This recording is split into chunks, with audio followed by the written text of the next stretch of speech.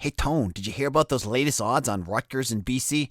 Nah, Chrissy, I was too busy listening to Nick Saban and Jimbo Fisher going to war like the Gambinos and Lucchese's. Well, I'm hearing from this AJ kid it's easy money. Easy money? So we're taking my Knights? Forget about it! You are Locked On Boston College, your daily podcast on the Boston College Eagles, part of the Locked On Podcast Network, your team every day.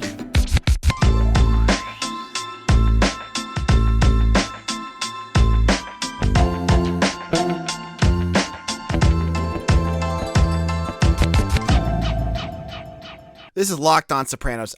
Locked On Boston College. I am your host, AJ Black. I hope you enjoyed my imitation of the Sopranos there. Well, we have our first odds out for the 2022 season. The Week 1 odds from our friends over at Betonline.net have been released, and Boston College against Rutgers, a game played on September 3rd at Chestnut Hill, have their odds. Now, if you're ready for it, the odds are 7.5, which make me cringe a little bit as a bettor. I'll tell you why. I love a good number like 6 or even 8 if you're going for a bigger number. But that 7.5, that's a whole lot of heartbreak for anyone who's putting money on that. But in the grand scheme of things, it's probably going to change a bit. We'll talk about that in a little bit. But is it right? I think so. Now, BC played Rutgers in 2019. And they beat them 30-16 in a game I think all of us bleached our eyes from ever having to watch again. It was an ugly game. BC actually, I think the game was pretty close at different points, but it was ugly. That is all in the rearview mirror now, though, because they fired their head coach. It was Chris Ash at that point, and hired Greg Schiano. BC fired Steve Adazio at the end of that season, and now it's Jeff Hafley. And it's now like the teacher and pupil, right? Schiano and Hafley have a long history together, and it's going to be an interesting matchup. It's going to mean a lot for the Scarlet Knights. It's going to mean a lot for BC, too. It's going to be a home opener and a season that they need badly to set a tone early. Now, the Scarlet Knights, I think they were forever the punching bag of the Big East. They weren't very good, and when they get to the Big Ten, they got even worse. But I'm not, as I've said before, I am not going to sell hard on Rutgers right now. And they have done a nice job under Greg Schiano recruiting and hitting the transfer portal. Remember, these two teams, BC and Rutgers, played the exact same team to end the 2021 season. They played Wake Forest. BC lost 41-10. Wake Forest beat Rutgers 38-10. And Rutgers, both teams, BC and Rutgers, kind of held their own against Wake Forest for a while, but Rutgers was only down 20-10 at halftime. And I think this is a team that is on the rise. Are they at the level of BC? No, they're not. And any Rutgers fan that says that is delusional. But are they going to be able to give them a good fight? I think so. So when you look at an opening line like 7.5, right? I look at that and I get worried. I get worried because I have BC probably at this point right now winning by about 14 points. However, you've seen plenty of games, if you're a bettor just like I am sometimes, where the BC might be up by like 14 points. And then Rutgers scores a junk touchdown at the end, or like a close touchdown with like a minute left, and it's a 7-point game and you lose. I could absolutely see that happening. I think Rutgers will probably stick around for a little bit in this game, but BC has the horses and they have the offense to put them away later, just kind of like what Wake Forest did. But will it be 7.5 points? That is a juicy, juicy number. And I am terrified of touching it. I honestly got to say right now, like, I want to bet BC. I always like to pick them. They were 7-5 against the spread last year. And this one seems like a possibility. Like if BC plays like many of us hope they will, you would hope that they'd win by 17-20, right? But, I like what Rutgers has. I mean, they've got a decent quarterback. They've got a 4-star quarterback in Gavin Wimsatt, who will probably be the starter this year. They've got some talent up and down that line. I think they're not that bad. But are they bad enough that BC could win by double digits? That's a big question. That is something, you might want to take a look at. Now, in a moment, we're going to get into looking at whether this spread could go up or down and how that could impact things. Because I think 7.5 is not going to be the end of the story. But first, we have to get to my favorite part of the show, which is, of course, talking about Built Bars. You know it. You've talked to me about which ones I like. I am so excited to try the Brownie Batter Puffs. They are, if you love brownies, what can I say? These are delicious. Sometimes when I make my own brownies, I love to lick the spoon. It drives my wife crazy, and I'm done. I usually have them in the plate. I'm not licking my spoon and then mixing. Believe me, that's gross. But they have these puffs that taste just like that brownie batter that you taste. And that is a treat. It's 140 calories, 17 grams of protein, only 7 grams of sugar for something like that tastes like a brownie. How are you going to beat that? The puffs are marshmallows, so they're nice, soft, and fluffy. I have a whole caseload of puffs in my garage. I have one every day at 2:30. Gives me the protein and energy I need to power through a long day. And I think you're going to like them too this summer. When you're on the move and you need something to give you that energy, make sure you go for a Built Bar. Now head over to Built.com and get your Brownie Batter Puffs now. And when you use promo code LOCK15, you're going to get 15% off your order. And again, little hint here, that doesn't matter how many times you've ordered, you can use that code all the time to keep getting 15% off at Built. So head on over to Built.com and use promo code LOCK15. Built.com. Locked on Boston College, AJ Black. We are now officially 107, well, when it's 107 when I'm recording this, but 106 days if you're listening to this on a Friday morning from Boston College opening their season against Rutgers. And this is going to be an interesting matchup, as I said before. It's a battle for New Jersey as BC is still trying to kind of make their headway in there with Saban Huggins and Jeff Hafley really leading that recruiting charge in that state. But what could change the complexion of this line? It's 7.5, right? And I could honestly see it going in multiple directions. And I think the Vegas people are going to be watching a lot of different practice reports to see if they can figure out if the line is accurate or not. But I could see it definitely fluctuating. So what could, before a season even starts, what could happen that could change the line? Well, Rutgers probably could go out there and grab a transfer that could change a position that they have. Maybe they get a big-time wide receiver. There's still plenty of players out there. And Rutgers has shown that they are not afraid to go and play in the transfer portal. If they go out there and get, a couple new guys that can kind of fill some holes, that line could drop. I could absolutely see that happening, right? If they find a regular starter from another team, a Power 5 team that they can bring in and infuse in that roster, the line could definitely drop. For Boston College to get that line to drop, I would say it would have to be some concerns. Like if I'm sure Vegas scours those reports from the practice facilities, and I wouldn't even be surprised if Vegas has like drones at this point that are kind of just hovering over practices to see what's going on. But if Boston College goes into practice and reports start coming out that offensive line is struggling, that offensive line can't make big stops like they need to, then yeah, I could absolutely see that line dropping. I could see like it going down to 3 or 4. That would be a big drop, but it could happen, right? If Boston College can't go into practices and there's all these issues that are going on, that could be an issue. The other big thing that could happen to either of these teams that could change the complexion would be an injury. We saw this with Phil Dracovic last year. When Phil Dracovic went down, any line and prediction went right out the window because he was such an impact player, such a critical piece of Boston College that you could not fairly say, hey, BC's a 9-win team or a 7-win team, like you did at the beginning of the season, because they changed so much with Dennis Grosel for the worse. And I admit that, and I'm sure he would too. I mean, they just struggled mightily with that. So you don't want to see this happen, but it happens every single year, an injury in the preseason. Last year, it was a handful of injuries for BC. It's a violent sport at practice. They play scrimmage. They play tough. And it happens with whatever coach you have, but it happened last year. Remember, Chibuzi and Wuko tore his ACL. You had Aaron Bumeri tear his knee, something with his hip. I forget if it was a strain or a tear. He had a hip injury. You had Kobe White re-injure some things. You had Ethan Williams still out. Deion Jones still out. And all these other players that had like little things that popped up. If a big player, say Zay Flowers, goes out with an injury, that line is going to change. And that could happen on the Rutgers side too, right? If Gavin Wimsatt, if he gets injured and they're down to their second quarterback for the Scarlet Knights, heck, you can give BC more points there too. I could see that happening.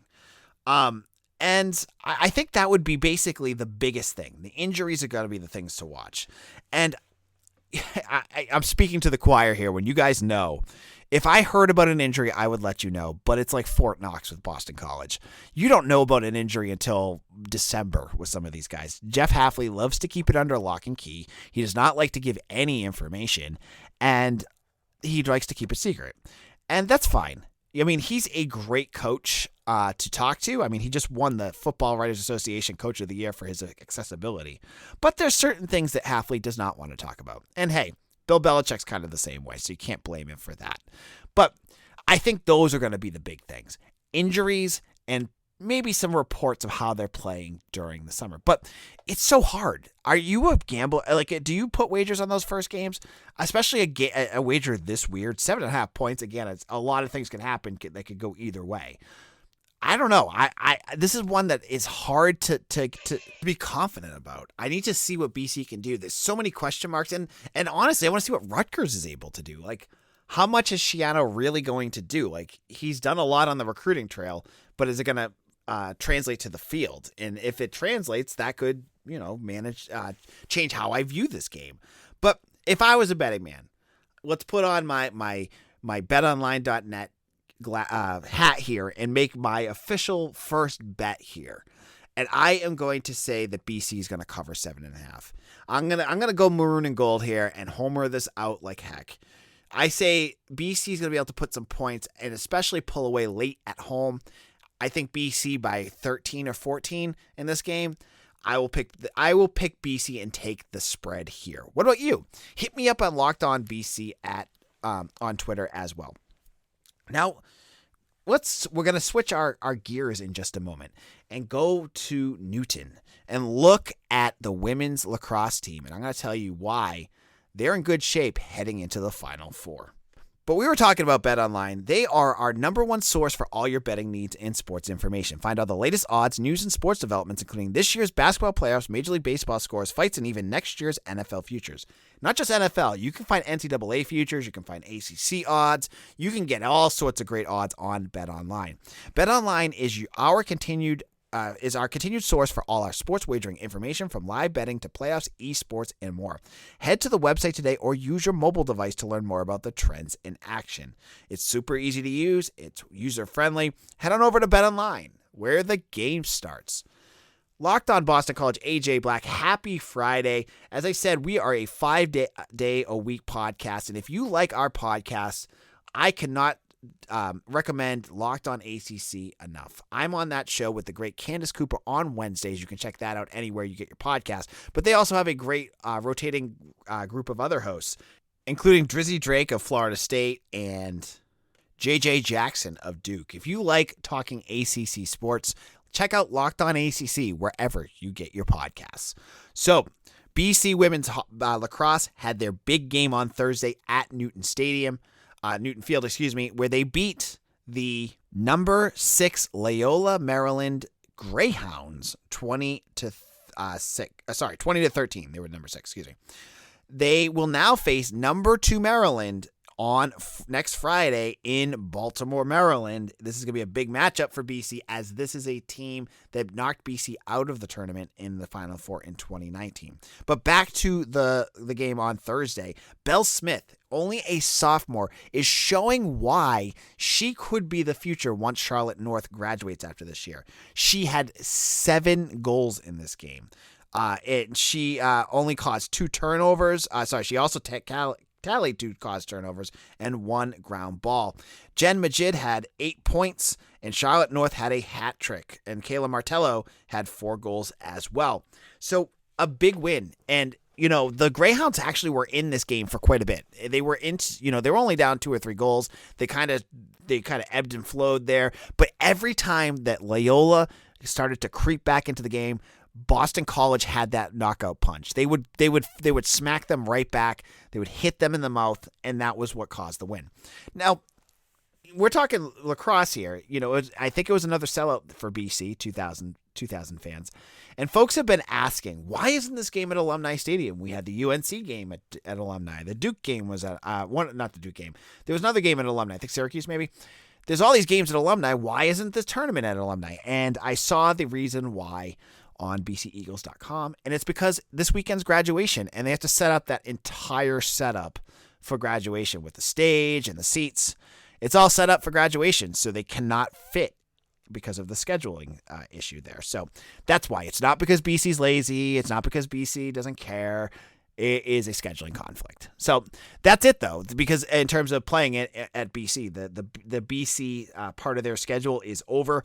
They're heading to Maryland for the tournament. And if you're down there in Maryland, you need to tell me what I am missing about Chesapeake crabs. I have yet to figure out how to eat these damn things. I smash them with the hammer. I can't find the meat. I am a lobster guy through and through. I'm born in the North Shore. I love Maine lobster.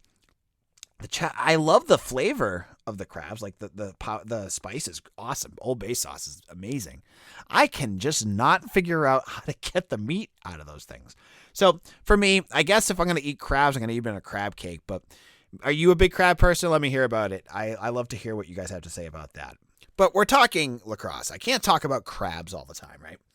They're playing Maryland next. Now, this could be the defining wins of Charlotte North's career. This is going to be tough. Maryland just pasted Florida. Florida was the number 7 seed in this tournament, and they won by, I think, like 15 goals. So Maryland is very good. And I'm a little worried here because BC they're good. Believe me, they're the number 2 or 3 team in the country, right? They're the number 3 team in the country. They're right behind Maryland. They don't seem as dominant as they have in years, especially last year. They have to have like a, nuts game from either Belle Smith or Charlotte North against Maryland to win this. They need a lot of offense. And North has been great, but she needs one of her transcendent games, like just kind of like what Belle Smith had today, where she had 7 goals. You need one of those from Charlotte North or Belle Smith. But I still like BC's odds in these games. I love to watch them play. For those that want to watch it, it's a 6:30. The timing has not been named yet, but it's a Friday game. It's going to be on one of the ESPN networks of channels. Excuse me. So you're going to be able to watch it. So hopefully you get a nice beverage. It'll be hopefully nice and warm. It's going to be Labor Day weekend. So you want to make sure that you check out that game because we're watching the best team on Boston College's campus. Bar none, the women's lacrosse team is the best that Boston College has, better than football, basketball, hockey, any of the other sports right now. You're also getting your last couple chances to see arguably the best athlete BC sports has ever had in Charlotte North. Now, some of you probably have nostalgic feelings about Doug Flutie, or maybe a hockey player that you really enjoyed, or, a basketball player. But when you look at the body of work of what Charlotte North has done, there's no one even close. And the fact that she has brought so much attention to this sport, when she has BC lacrosse games out attending some of them BC basketball games, and no matter how BC puffs up their basketball attendance, it's not what they say it is, because if you look at that stadium, it's not 6,000 or whatever they say it is. But when you look at a BC lacrosse game, that one that was right after the spring game, there were tons of people in that stand. They had both sidelines filled. This is a special team, and you're only going to get a few more chances to watch them. Only a few more chances to even see what they do. Now, some of you may be listening at home going, AJ, I don't care about lacrosse. But if you're a Boston College graduate, if you're someone that roots for Boston College sports, you have to get behind this team. I'm telling you, this is what you have been rooting for. You want to see these teams do well. Who cares if it's not football, if it's not basketball or hockey? This is a team of really good women that play the sport at a level that is almost unrivaled consistently in the country. And they are on the precipice of doing what many teams in any sport are unable to do, which is win back-to-back national championships. They got first Maryland, and they're probably going to have UNC right after that. But wait till Monday. We'll have more to talk about in terms of everything. Lacrosse, football, recruiting, anything that breaks. We'll have it all here on Locked On Boston College. This is AJ Black. Have a great weekend. I'm looking at the weather in Massachusetts. It's going to be 95 out in Worcester where I live on Saturday and Sunday. So I am running around getting my air conditioners in, trying to keep cool, but I will be around and I'll be chatting about BC sports on Twitter. Make sure you follow me on Twitter at AJBlack_BC.